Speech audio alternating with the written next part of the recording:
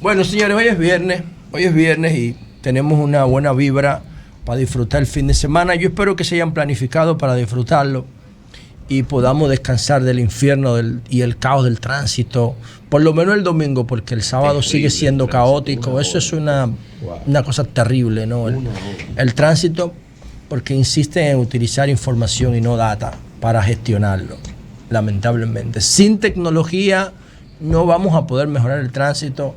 Las cámaras robóticas son 1.000.000 de veces más eficientes que los agentes y tienen que entenderlo. Las cámaras tienen que ser la norma en materia de fiscalización del tránsito y los fundamentos del conductismo. Sanción y estímulo. No puede ser que el que haga lo correcto en la ciudad de Santo Domingo llegue más tarde a su destino.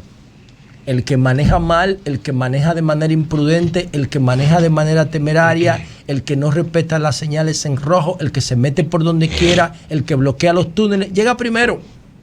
Y eso es una contradicción filosófica. Eso no puede ser. El estímulo es para el que lo hace mal en el tránsito. Y la sanción y la penalización es para quien respeta las normas. Y eso es un anti-Estado de Derecho.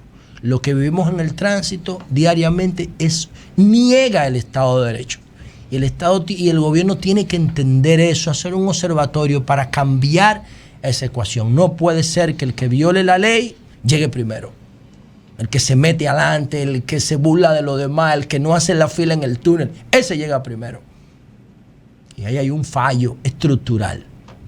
Bueno, señores, miren, esta ciudad está llegando a un nivel tal de desorden, de ruido, de caos, que lo aconsejable sería pensar en abandonarla, en irse de aquí. Yo estaba viendo un informe inmobiliario. En el Distrito Nacional hay espacio donde un metro inmobiliario construido está por encima de los $2,000 en el Distrito Nacional.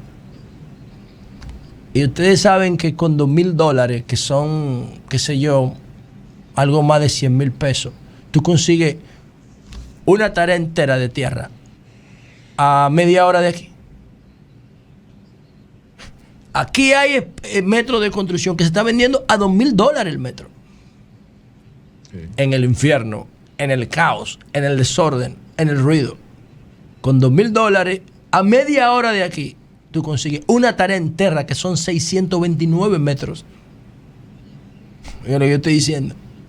Entonces hay que considerar la posibilidad de ir saliendo de la ciudad, porque todo apunta a que ese desorden, ese caos, va a seguir profundizándose, porque no hay señales por ningún lado de querer resolver eso.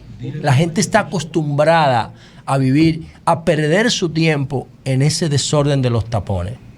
Entonces, yo particularmente, el que quiera salud mental y tiene la posibilidad y no está compitiendo por sobrevivir, porque si tú estás compitiendo por sobrevivir y aquí es que aparece tu sustento, bueno, pues tú vas a coger tu lucha. Pero el que no está compitiendo por sobrevivir no debería estar en el Gran Santo Domingo, porque está dañando su salud con ese desorden que hay en esta ciudad. Miren, señores, yo quiero hablar de dos temas hoy, dos temas bacanos. Bueno, no son tan bacanos, pero lo quiero tratar de explicar desde el punto de vista científico. El sexo y la muerte. Y quiero explicar lo del sexo por el instructivo de la Procuraduría General de la República, que ustedes se referían, Nayib hablaba de eso. No el acto sexual. Eso está bien, todo. Tiene que y el tema de la muerte. El tema de la muerte y el instinto o el misterio maternal.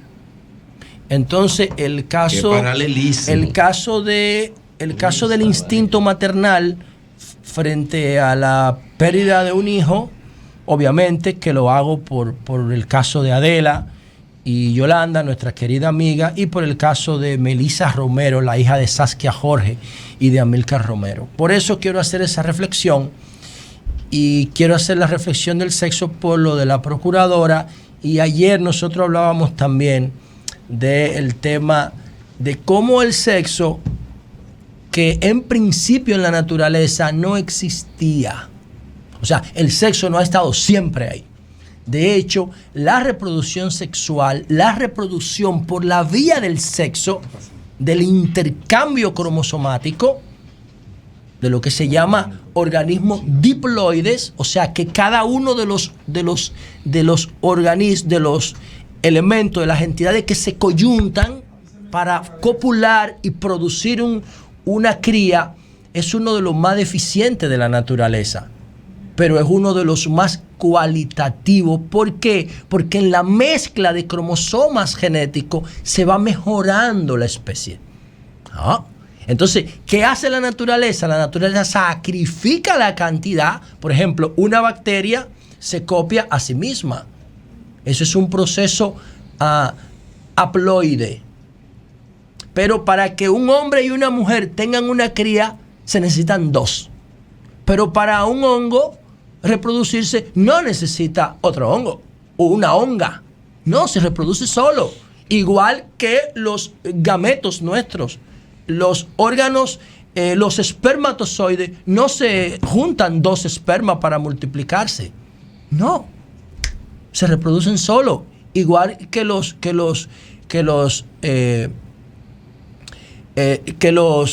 de la mujer, los gametos de la mujer, los óvulos. No necesita reproducirse dentro de nosotros. Son haploides. Entonces el sexo, eso era lo que yo intenté decir ayer, que mucha gente se confundió. Cuando yo digo, si tú te dedicas al placer sexual y lo normalizas, caes en una adicción, igual que la comida. Igual que la comida. Terminas como si comes solo por placer y no por nutrición. ¿En qué terminas? Terminas con obesidad, terminas con diabetes, terminas con hipertensión. Eso es lo que pasa. Si tú te dedicas solamente al sexo el día entero, terminas adicto al sexo. La adicción al sexo en las mujeres, ¿cómo se llama? Bueno, se llama ninfomanía, la adicción al sexo entre mujeres. Y eso está debidamente comprobado por la ciencia. Eso yo no creo que eso se discuta. Pero la adicción al sexo en el hombre también tiene una calificación. Esos hombres que ven muchísimo porno, que salen a violar niños, a buscar niñas para prostituirla, eso tiene un nombre, se llama satiriasis. Esa es la adicción al sexo en el hombre, y en la mujer se llama ninfomanía. Entonces, lo que yo quería decir ayer, que se malinterpretó, es que el sistema de compensación de nuestro cerebro, de nuestro sistema nervioso, para labores de sobrevivencia, libera ciertas hormonas y neurotransmisores que favorecen esas acciones de sobrevivencia. ¿Y cuáles son esas acciones de sobrevivencia? Reproducirnos, por eso el sexo es placentero. Comer, por eso comer es placentero. Evacuar, por eso evacuar genera placer. Le llaman el trono al inodoro. Entonces, hay unos sistemas de glándulas en nuestro cuerpo, las tiroides, los sistemas suprarrenales, las glándulas que están por encima de nuestros riñones, la zona genital, genera hormonas y neurotransmisores para favorecer esas tareas de sobrevivencia. Pero cuando nosotros normalizamos esas tareas de sobrevivencia y lo vemos como algo normal, sustituimos el deber por el placer, vienen las adicciones. Y por eso hay adictos a la cocaína, al crack, al sexo, a los alimentos y a todo lo que genere placer y poder, incluso al dinero.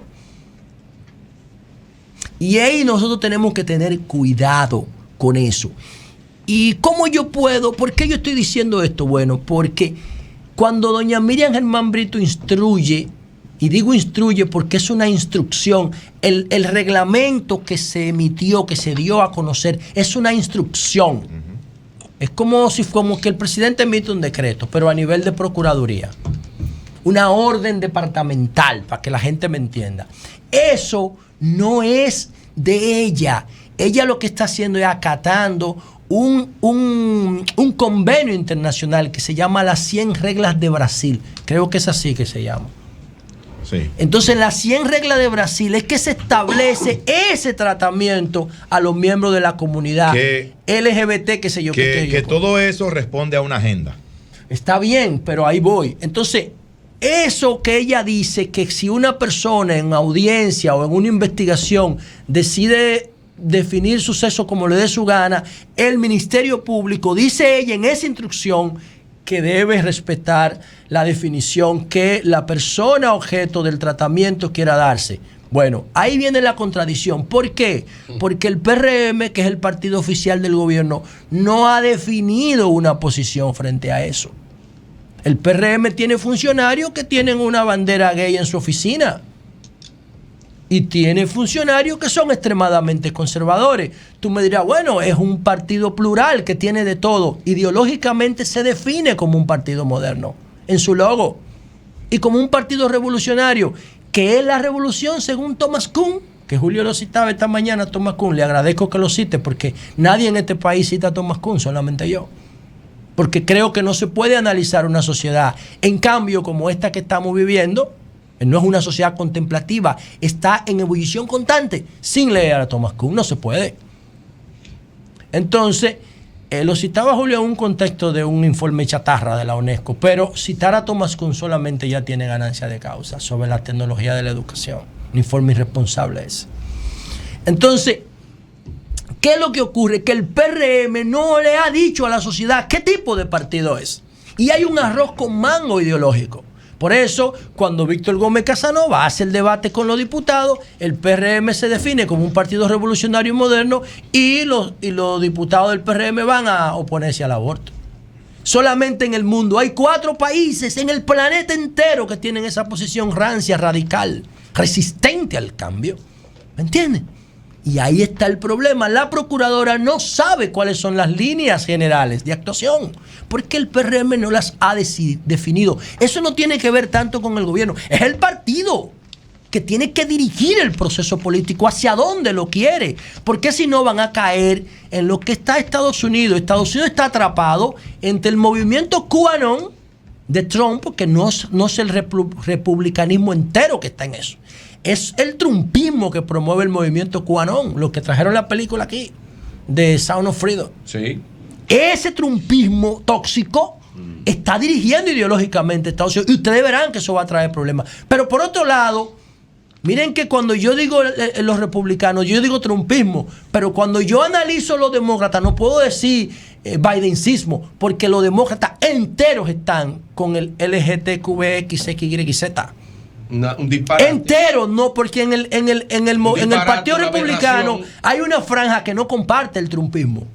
Pero en el Partido Demócrata todos están orientados a esa ideología subjetiva, emocional, que no tiene base científica. No la tiene. Igual como no tiene base científica el desastre de las politiquerías baratas, para nada más un breve paréntesis, baratas de migración en los Estados Unidos, que está acabando con la capital del mundo. Bueno, no, ya el alcalde pero no sí, pero eso no tiene que ver con nada con lo que yo tiene que ver con las ideologías. Y lo mismo aquí hacen lo mismo, aquí cogen a los haitianos que siembran y construyen y lo meten en jaula y lo para deportarlo, una vaina bárbara. Entonces, en el mismo gobierno donde la procuradora dice que hay que respetar la orientación de género que las personas se quieran atribuir. Está equivocada. Pero yo estoy diciendo que está equivocada. No, yo sé, pero yo estoy diciendo que está equivocada. Pero yo estoy diciendo que está equivocada. Sí, pero ¿por qué? Pero no porque ella no lo está haciendo por iniciativa de ella, es que hay un acuerdo internacional que el gobierno está reconociendo. Eso es lo que se trata. Ahora, hay un sustento para atribuir, para que cada persona se atribuya el género. Bueno, yo ahí estoy de acuerdo con Vinicito, que es lo que dice la cédula. La cédula dice que usted es hombre o mujer. Cédula. No, pero la cédula no. ¿Qué tú tienes entre las piernas? No, vamos por partes. ¿Qué tú tienes entre las piernas? Porque eso es lo que define todo. Pero eso es lo que tiene la cédula. Sí, pero, la cédula, pero eso el origen es ahí que está. Pero que tú no es puedes, lo que tú eres como persona. Como juez preguntarle a esa persona ¿qué tú tienes delante de la pierna? Porque no aplica. Lo que aplica es pásame tu cédula y lo que diga tu cédula, eso es lo que yo te voy a reconocer institucionalmente. Que ahí yo estoy de acuerdo con Vinicito. Pero hay que entender que la naturaleza no tiene un plan. La naturaleza no tiene un propósito. La naturaleza, según Darwin, es aleatoria y actúa simplemente por conveniencia. Los más aptos sobreviven. Yo acabo de decir, empezando el comentario, que no, el sexo no ha existido siempre. El sexo existe después de la aparición de los sentidos. En el Cámbrico, hace 400 millones de años. Antes no existía, no teníamos ojos. No teníamos sentidos antes. Y eso hay que entenderlo, porque si no la gente vive reproduciendo disparate. Ahora, ¿por qué yo digo que ese movimiento LGTB se puede respetar, pero no se puede estimular? Claro. Porque no han aparecido fundamentos para estimularlo como familia. ¿Por qué yo digo esto? Bueno, en el Congo hay una comunidad de chimpancés que se quedaron atrapados al norte del río Congo. Ellos estaban conviviendo con los chimpancés trogloditas y los gorilas, todos en el mismo lugar, pero hubo un tema climático, un temblor, un terremoto, que aisló una parte del Congo. Entonces, en la parte que el terremoto aisló, quedaron atrapados una parte de los chimpancés hace 1 millón de años. Esos chimpancés ya no son trogloditas. Esos chimpancés ahora son bonobos. ¿Y en qué se diferencian de los chimpancés trogloditas? Bueno, que los chimpancés trogloditas compiten por comida, se defienden de los gorilas, se depredan entre ellos, tienen que luchar con otros depredadores. Y en la zona donde quedaron atrapados los bonobos, no hay problema de comida, no hay problema de depredación. Hay una saturación de kiwi en el entorno, tienen fruta, tienen de todo. ¿Qué pasó con los bonobos que le llaman los monoquipi? Empezaron a utilizar el sexo como placer. Como placer. Entonces, el sistema endocrino tiene liberación de testosterona, liberación de estrógeno, liberación de oxitocina, cuando se va a producir la acción sexual. ¿Qué hacen los bonobos?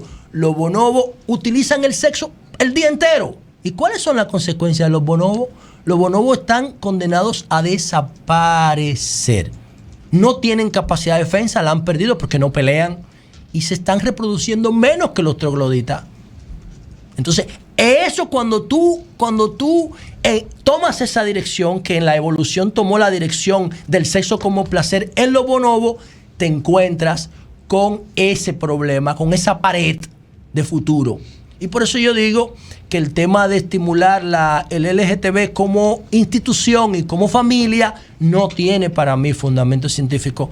Julio me está haciendo seña lo de la hija de Saskia y lo de la hija de Yolanda. Entonces, bueno, lo trato el próximo lunes. Cambio fuera.